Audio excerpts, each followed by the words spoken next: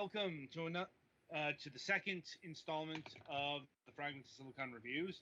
Up this time is the Siege of Avalon Anthology.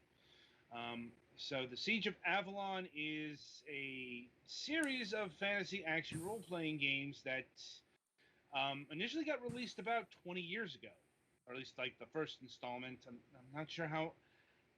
I'm not sure what the timeline is there in terms of the release, but these games were initially done about 20 years ago. And they were in more or less shareware format.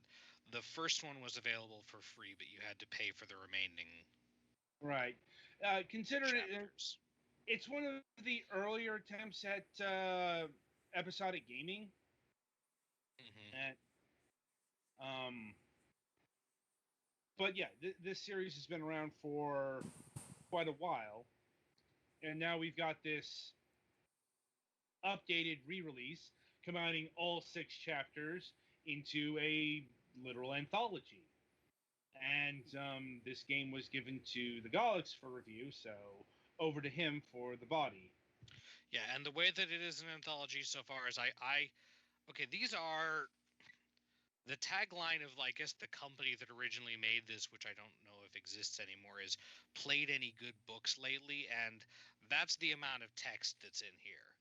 There's text from when you talk to people, there's text for books on shelves, there's story text, your character writes a journal, and that's how you keep track of your quests and stuff.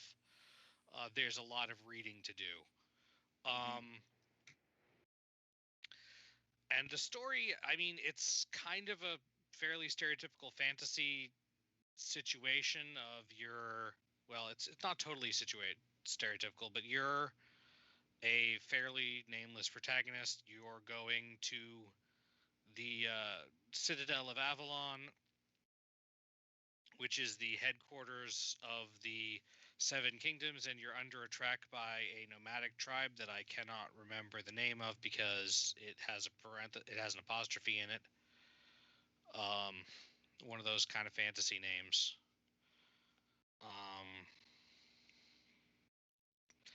Not gonna. Sorry, my brain locked up for a second. Anyway, and it's nice that kind of gives you. I mean, each of the parts of the game, I think you're spending a significant amount of time in the Citadel, and that means that the characters there are continuous across the games, and throughout the game. It's not like one of the RPGs where you basically spend 15 minutes in a town and then you're on to the next town.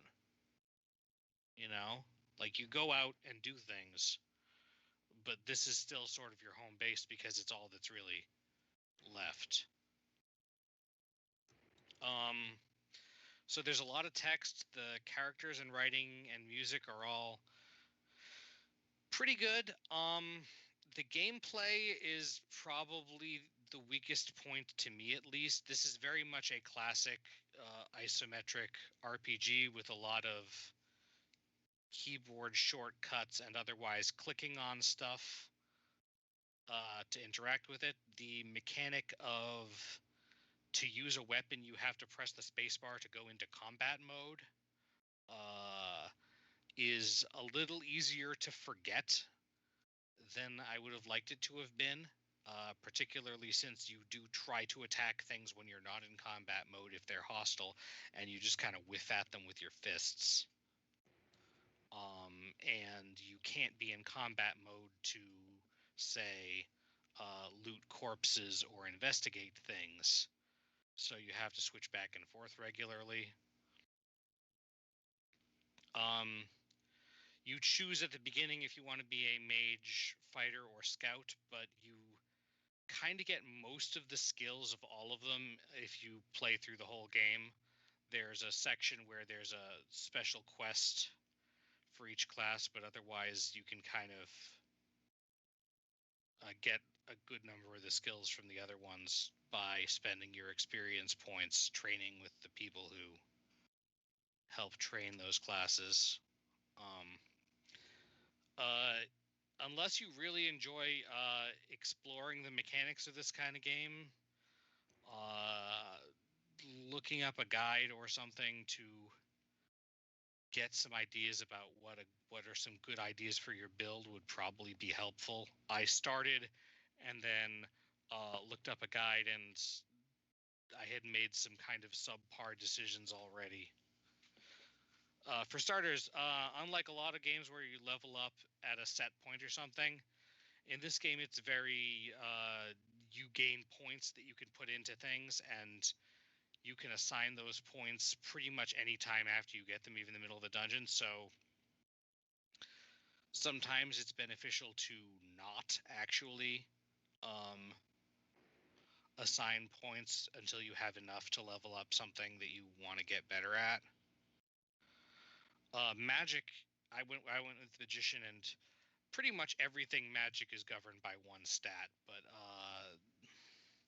that doesn't mean I mean, even if you're a magician, you still want to put some points in Constitution to get your hit points up.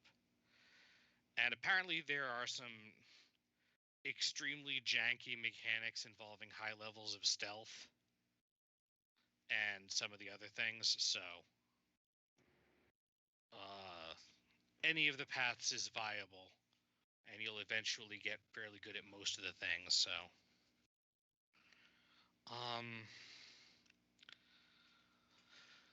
the writing is a little bit circuitous.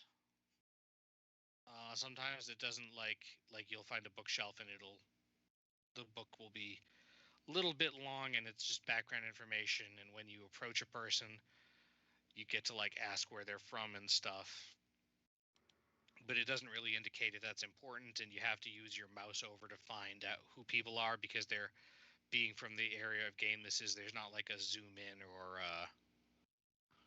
there are no tooltips over people's heads or whatever. It's all only visible on mouse over. The graphics are also not great, but that's because of the era of the game it's from. This is from the early 2000s and looks it. For that kind of thing, it looks pretty good, but the combination of 3D presentation has not aged that amazingly. Also, apparently, if you want to, pretty much all of the game stuff is stored in pretty much plain text form, so you can muck around with stuff if you learn how. I did not learn how, but I came across several mentions of the fact that you can do that. So, when I was looking up other people's things about this, because this is a game that has a lot of reading. It's not a short game. I did not even get all the way to the end of the first of the chapters, unfortunately. But I am kind of interested in the game, and if you are familiar with this style of game more from playing it when around the time, you will probably be even more fond of it than I was. So yeah, I don't know, what's the damage on price wise, Adam? It clocks in at $9.99. I think that is absolutely a reasonable price to try this kind of game out if you like any kind of role-playing game like this, just based on the amount of content and stuff in it. Did you guys have any other questions about it? Sorry, I I'm skipped good. over that initially. I'm good. I'm good. Yeah, there are parts of the game where you can get NPCs to help you out, and apparently all of the NPCs get stronger as you progress through the game, even though they're not really marked that way. Like, even the ones that don't join you. But apparently the AI isn't great. So there's that. And apparently, I because of the kind of game player I am, I didn't, even when I like opened chests and I saw stuff in them, I didn't take it unless I thought it would be useful for me, and I didn't want to make anyone upset, but apparently no one actually cares, so go ahead.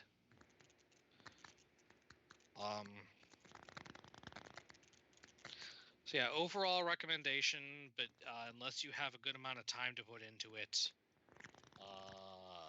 you're not going to get super far, I don't think, because this is definitely a game that demands a significant amount of your attention for a significant amount of time to make progress. Okay. Anything else? I think that's about it. Okay.